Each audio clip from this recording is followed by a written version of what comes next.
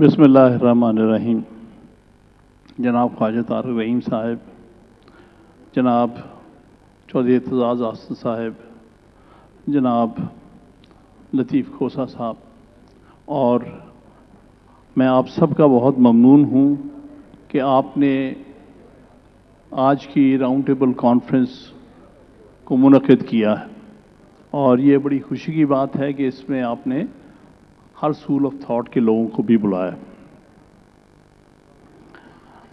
देखिए, हम एक बहुत गहरे बहरान से गुजर रहे हैं इस वक्त। मुल्क के पाकिस्तान सारी तारीख में, आइनी तारीख में, ये बारहा इस किस्म के बहरान पैदा होते रहे हैं और हम बड़े बड़े मुश्किल बहरानों से गुजरे हैं। बहरहाल इससे भी इंशाल्लाह हम निकल जाएंगे, लेकिन चंद बुनियादी असूल हैं जिन पर किसी किस्म का कोई समझौता नहीं हो सकता, और उन बुनियादी असूलों पर अगर हम कायम दायम रहते हैं तो कोई वजह नहीं कि बड़े से बड़े क्राइसिस से भी हम खैरियत से गुजर सकते हैं। मैं ज़्यादा डिटेल्स में नहीं जाऊंगा, ना ज़्यादा मैं आपका टाइम लूँगा। आप सब पाकिस्तान की आइन की तारीख से अच्छी तरह वाकिफ़ हैं। ये एक अजब किस्म के पहले कॉन्स्टिट्यूशन की इंटरप्रिटेशन इस वक्त की जा रही है, जिस किसी तरफ से भी हो रही हो। बहुत अफसोसनाक बात है ये कहना कि इलेक्शंस जो हैं आइन के तहत एक वक्त में होने हैं सारी असेंबलियों के।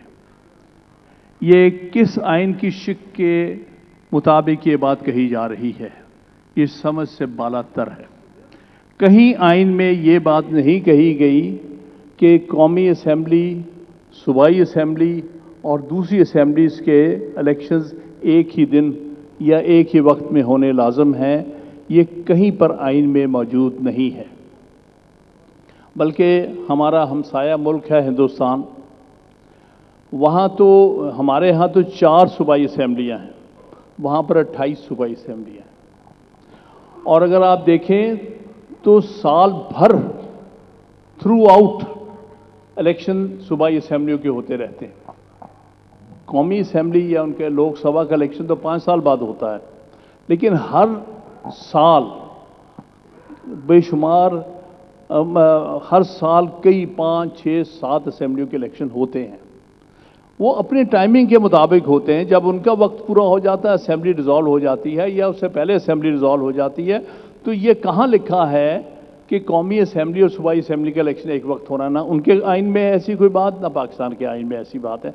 ये अजब किस्म की लॉजिक है जो इस वक्त बताई जा रही है कि जी ये वजह, जो बुनियादी वजह इस वक्त बताई जा रही है कि क्यों ये कहते हैं कि एक वक्त में इलेक्शन होने चाहिए, क्योंकि हमारे आइन में जो मुख्तलिफ बात है वो ये है कि हमारे यहाँ केयर टेकर्स का इंदराज है।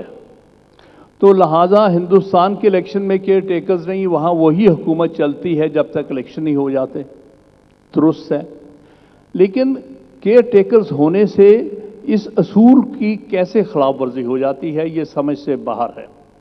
देखिए, केयर टेकर्स तो उस मखसूस असेंबली के इलेक्शन के लिए होते हैं। हर असेंबली के इलेक्शन के लिए अपने अपने वक्त पे केयर टेकर गवर्नमेंट्स जो है गवर्नमेंट्स बनती हैं। इस वक्त अगर पंजाब की और खैबर पख्तूनख्वा की असेंबली डिसॉल्व हुई है तो इन दोनों सूबों के लिए आपके केयर टेकर गवर्नमेंट्स होंगे। लेकिन कल को अगर 4 महीने के बाद सूबाई कौमी असेंबली डिसॉल्व होती है तो फिर उस सूरत में केयर टेकर गवर्नमेंट मरकज़ में बनेगी, सूबे में नहीं बनेगी। लिहाजा सूबे की जो केयर टेकर गवर्नमेंट का उस पर क्या असर अंदाज हो सकता है, ये समझ से बाहर है।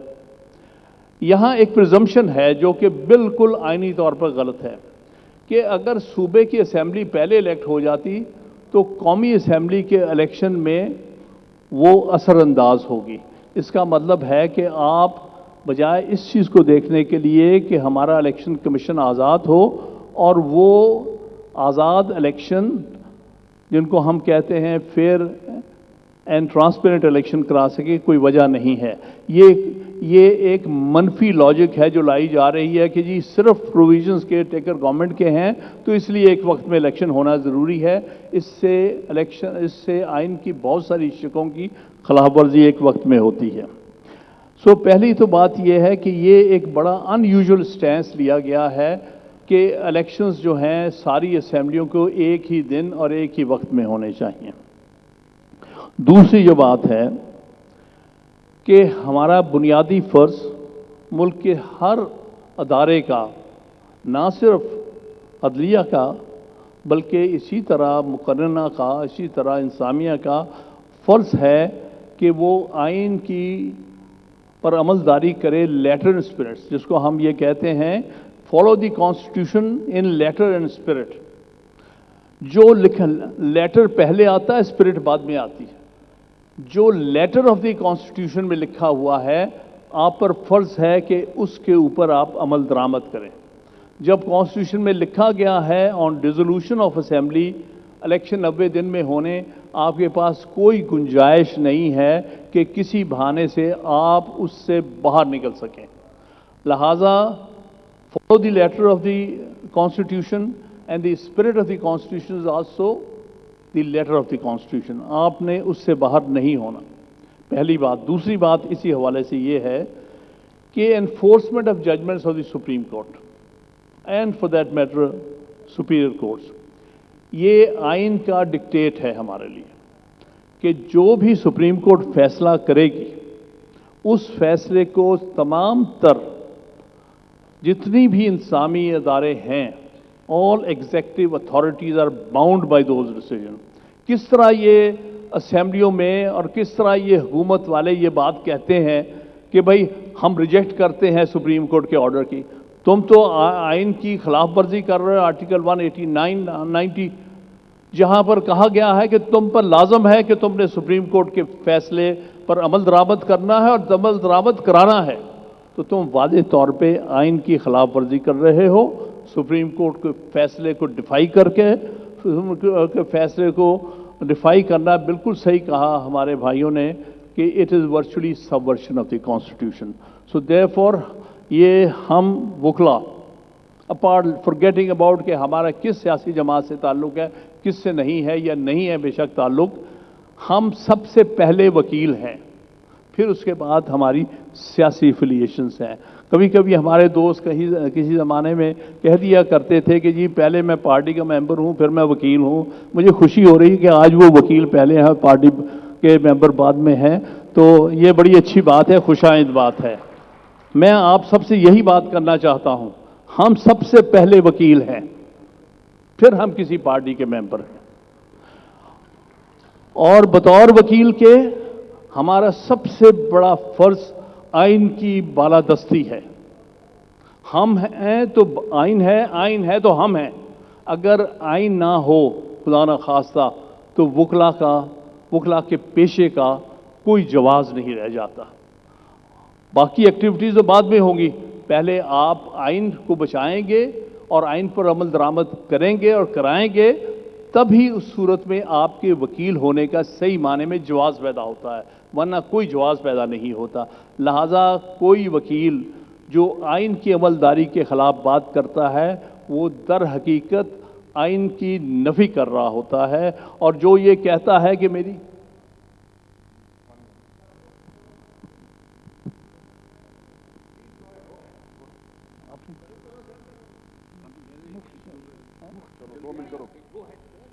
اچھا میں نے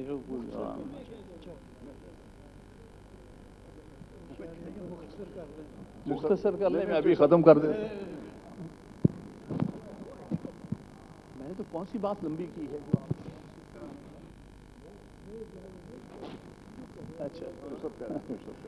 اچھا نیکسٹ بات جو میں کرنا چاہتا تھا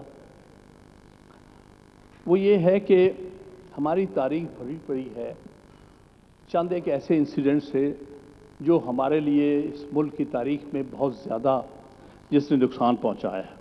ہم نے سبسٹینٹو پروویژنس جو ہیں کانسٹیٹیوشن کی اس کو وائلیٹ کیا ہے اور ٹیکنیکل گراؤنڈز کے اوپر.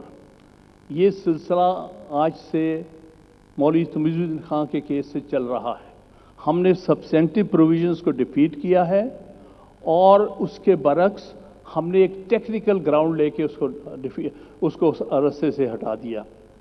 इसी तरह 2007 में जो बहुत बड़ी ट्रेजेडी हुई, वो जब हमने जनरल मुशर्रफ के ख़िलाफ़ पिटीशंस की थी कि भाई ये सदारती इलेक्शन लड़ने का अहल नहीं है क्योंकि he is in the service of Pakistan.